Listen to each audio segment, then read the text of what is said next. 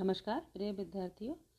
आगे कबीरदास जी लिखते हैं कि यह तन जालम मसी करूं जो धुआं जाई सरग, मतवे राम दया करें बरस बुझावे अग। जालो माने जलाऊं, मसी माने स्याही, बरस माने वर्षा। तो कबीरदास जी कहते हैं कि इसमें प्रियतम परमात्मा की विरह वेदना में ये शरीर जो है वो कोई विरहिणी आत्मा अपने संपूर्ण शरीर को जला देने का की अभिलाषा या इच्छा व्यक्त करती है कि यह तन जालो मसी करूं, कि मैं अपने इस संपूर्ण शरीर को जला करके, मसी माने इसकी स्याही, स्याही माने राख, है ना। तो इस शरीर को जलाकर स्याही अर्थात काली राख कर दूं कि जो धुआं जाए सरग, सरग माने स्वर्ग में, कि जब मेरा ये शरीर जलेगा तो जलने पर जो धुआं इससे उठेगा कि वो धुआं जब स्वर्ग तक पहुंच सके। मतवे राम दया करें बरस बुझावे अग। फिर कहती अग माने अग्नि, बरस माने बरस करके, बुझावे माने शांत करना, बुझा देना अग्नि को, कि उस दशा में मेरे विरह दाह का आभास पाकर हो सकता है कि मति मेरी बुद्धि में ये आता है कि राम दया करे, कि शायद उन राम को, उस परमात्मा को मेरे ऊपर दया आ जाए कि मुझको इस विरह की अग्नि से मैं दहने से या जलने से बचाने के लिए वो राम शायद मेरे ऊपर कृपा करें और विरह की अग्नि को बुझाने के लिए बरस से बुझावई अग, कि अपने प्रेम जल की वो मेरे ऊपर वर्षा कर दें।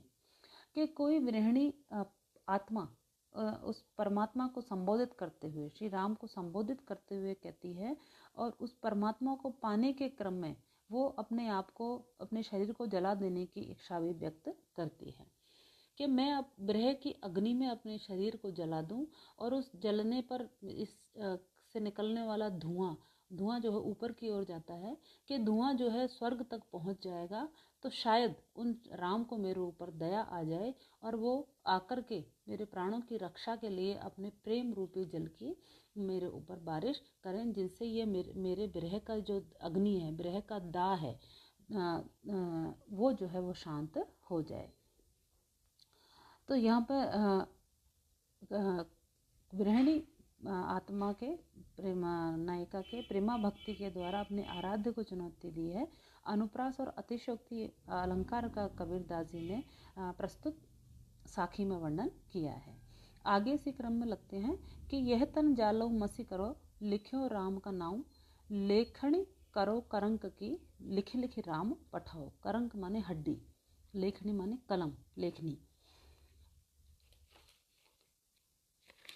तो कबीरदास जी लिखते हैं कि यह तन जालो मसी करो लिखो राम का नाम, कि अपनी विरह व्यथा की तीव्रता, अपनी विरह वेदना की पराकाष्ठा को पार करते हुए कोई जीवात्मा परमात्मा को संबोधित करती है कि मेरा जो विरह है वो असहनीय हो गया है, कि इस कारण मैं अपने शरीर को जलाकर स्याही बना लूं और अपनी करंक माने हड्डियों की मैं कलम बना लूं और इससे कि उस स्याही में और अपने हड्डियों की कलम बना करके रात दिन में प्रियतम राम का नाम लिखूं और प्रेम पत्र लिखकर उनके पास भेजती रहूं। तो ये विरहिणी जीवात्मा का कथन है। इसमें प्रेम की खातिर अपने शरीर की आहुति देने एवं विरह की वेदना की अतिशय अभिव्यक्ति हुई है।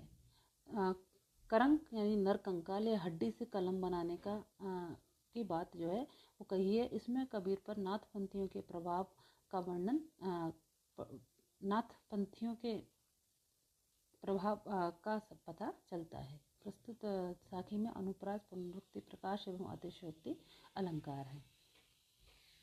आगे कबीर लिखते हैं कबीर पीर पिरावनी पंजर पीड़ न जाए,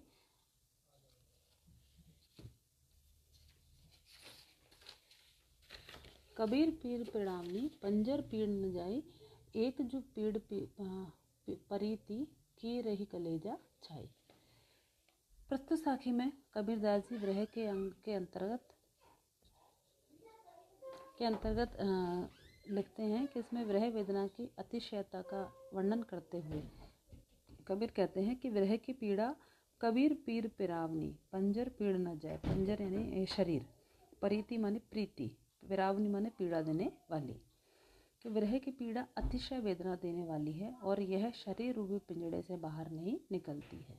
यह तो प्रेम प्रीति की वेदना जो ठहरी, इस कारण सदा हृदय पर छाई रहती है। आशा यह है कि विरह की वेदना विरही जन के हृदय को प्रिय लगती है, अतः कष्टदायिनी होकर भी यह कलेजे में घर किए रहती है।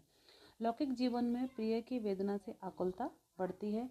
यह कबीर ने स्वयं प्रियतम परमात्मा को विरही बताकर अतिशय आकुलता की उन्होंने वर्णन किया है। अनुप्रास यमक और व्यतिरेक अलंकार का यहाँ पर प्रयोग कबीरदास जी ने किया है। धन्यवाद विद्यार्थियों। आगे हम अगले नेक्स्ट वीडियो में आगे इसको कंटिन्यू करेंगे। धन्यवाद।